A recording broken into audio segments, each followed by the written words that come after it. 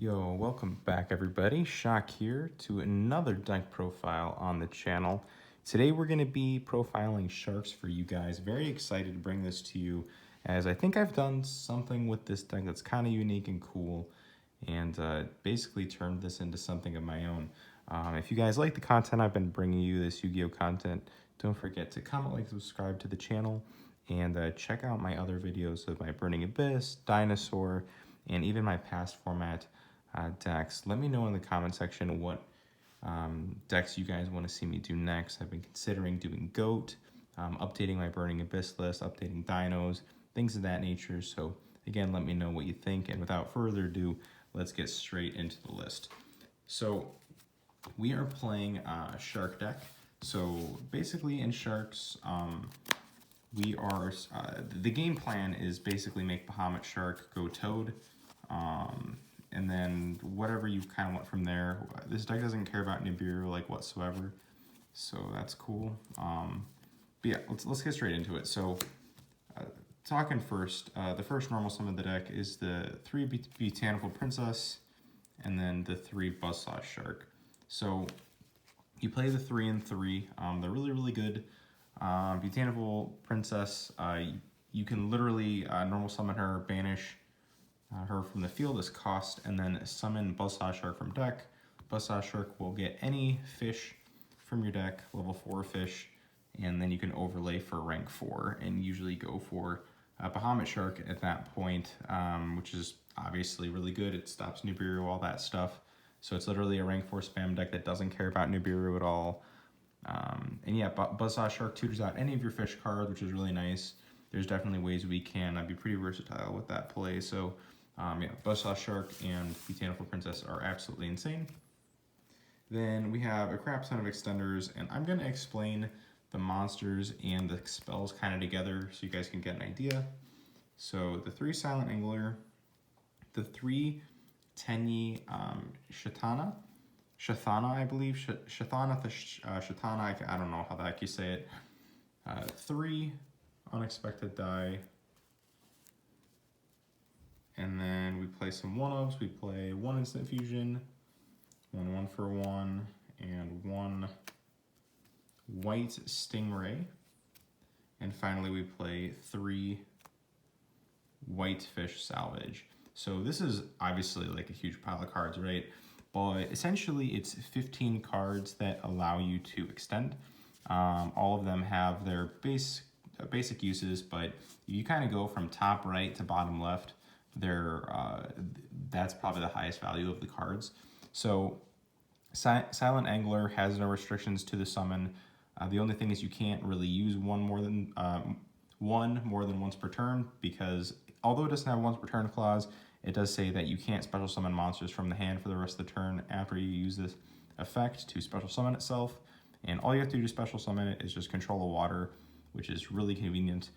Shathana is just a Tenyi monster, so if you control a non-effect monster on the field, you can summon it from your hand. A lot of times it's Photon Thrasher, but it also works in conjunction with Unexpected Die, which we use to get 7 colored fish, as you guys saw earlier. So that's pretty cool. Also we have Instant Fusion. It gets a fusion from our deck. It's very simple. 1 for 1 actually can grab us the Botanical Princess from the deck, which is really nice, although it requires you to discard a monster.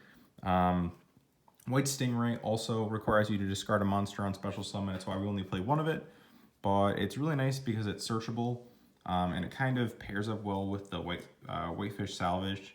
So what you can do, and why Whitefish Salvage is so cool, is because a lot of times you can summon the Buzzsaw Shark or go Botanical Princess into Buzzsaw, and then what you can do is get either your Silent Angler or your White Stingray, whichever one you don't have. That's why we only play 1 White Stingray.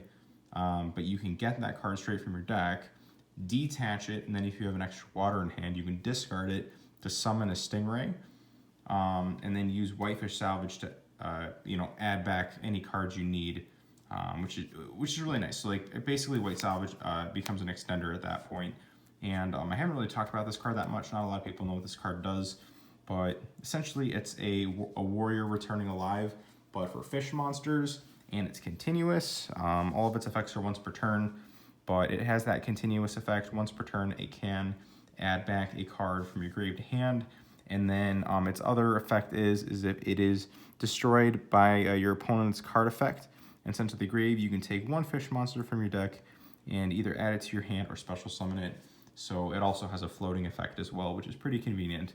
That usually doesn't come up. Mostly you're using the continuous recursion effect from the graveyard to put constant pressure on your opponent, which I personally like. I think it's better than Monster Reborn or something like Living Fossil, because even though those cards can be good, I think that card puts like more pressure on your opponent overall.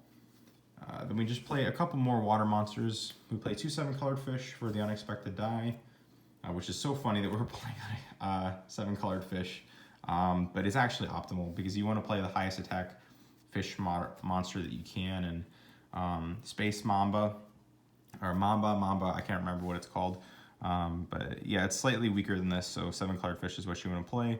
And then the Lantern Shark, you need to play it because if you draw Botanical Princess and the Buzzsaw Shark together, then the Lantern Shark can be summoned from the deck off of the Princess. You use Lantern Shark to summon out the Buzzsaw.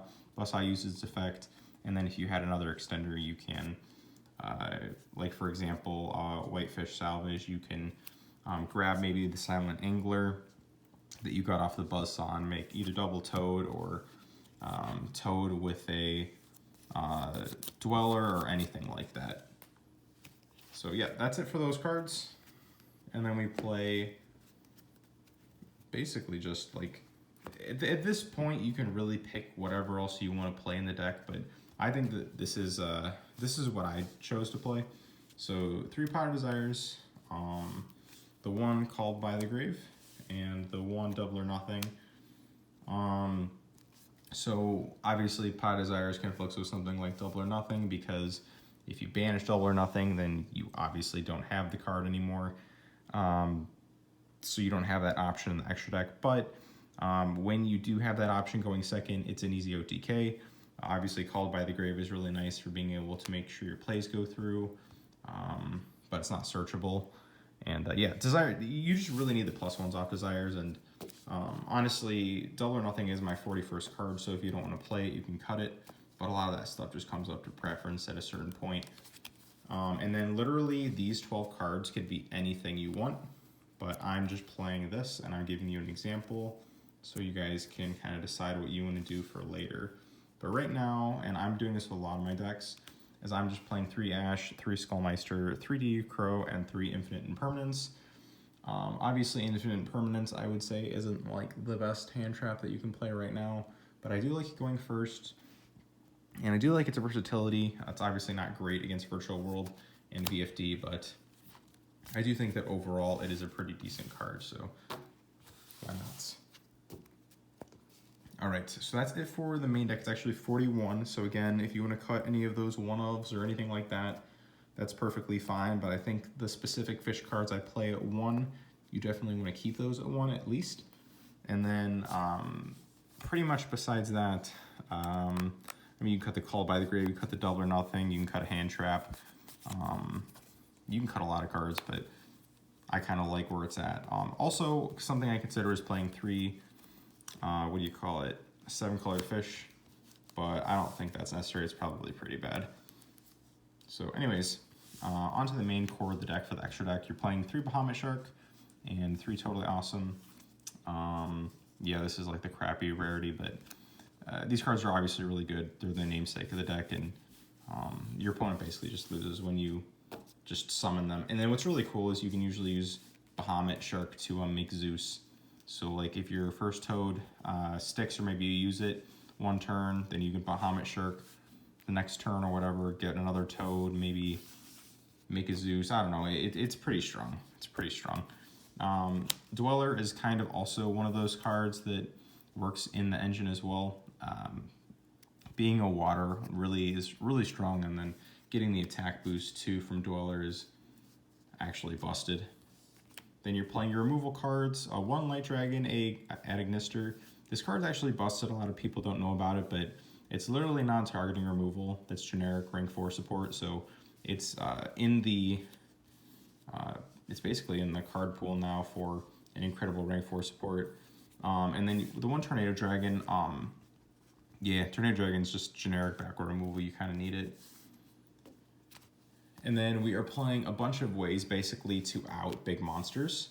So you're playing the one, number 39 Utopia, 1 Utopia Double or Nothing, or not, yeah, it's Utopia Double, not Double or Nothing, but it searches the Double or Nothing. And then the 1 Utopia Lightning. Basically, your Utopia package here really helps you kill your opponent and get over big monsters. Then you play the 1 Zeus. I actually recently just got a Zeus. Play it in my Burning Abyss deck too. But the Zeus is obviously insane, really easy to make in this deck, and it clears your opponent's board. And then the 2 non-XYZ monsters we play in the deck are the 1 Poisson Rare, or the rare fish for the non-French speakers. Yeah, it's just literally generic instant fusion. You could play the, I think it's Mudfish or something like that, but that effect doesn't really come up. People don't really play Effect Failure and all that stuff. It's not a crazy relevant effect. I guess it could come up with Imperm, where I believe it like just negates targeting effects of like water monsters, but I mean Valor, the deck doesn't really lose to Valor and Imperm that much. It actually kind of laughs at those cards, so it's like whatever. And then the 1 Mistar Boy. Mistar Boy is obviously, you'd think you'd want to play maybe more links in this deck, but actually a lot of your monsters restrict you from being able to XYZ summon, or I mean to a link summon, and they make you only XYZ summon. So for example, Lantern Shark and Buzzsaw Shark make you do that. But in the opportunities where you're able to make them a Star Boy, it's very similar to Abyss Dweller, where you're able to just stack on damage to the field. And I mean, this will be 19 on the field by itself, and then if you have a Bahamut Shark and a Toad on the field, the Bahamut Shark ends up being 31 and the Toad ends up being 27, and that's like, trying to do math right now, it's 5,000, that's almost 8,000 damage right there, and that's literally just Mistar Boy, Toad, Bahamut. That's literally nothing else. So, and it also helps you like recur cards from the graveyard too. So yeah, let me give you guys a quick combo, I guess, just so you guys can see the idea of what the deck does, but obviously it's pretty simple. So yeah, we'll go ahead and give you like more of a standard combo. We'll go with Botanical Princess. As 1 card, we'll go with, how about, I'll show you all the niche interactions the deck has, I guess. So we'll go this. This is like the niche of the niche interactions. Like, it's definitely not optimal, this hand, but I want to show you what the deck can do with the weird hands, basically. And let's just say we have an Infinite Impermanence in hand, and I guess you would never really want to do this, but I'm just gonna like set up this scenario anyways. Let's get a 7-colored fish. So a 7-colored fish is a Garnet, right? So like this hand looks pretty lit from the get-go, right? Usually you can make Toad before you make your like Buzzsaw effect, but sometimes you can't do that, and sometimes your deck is vulnerable to hand traps, but you kind of just deal with what you have. But here is like a specific variation of a hand if you don't get like BS hand trapped to like be able to play through it. So what you can do is normal summon your princess, use effect, banish itself to summon out your Lantern Shark from your deck. Lantern Shark effect is going to trigger, and you are going to summon out Buzzsaw. And then Buzzsaw effect is going to summon from deck. Normally what you would want to do at this point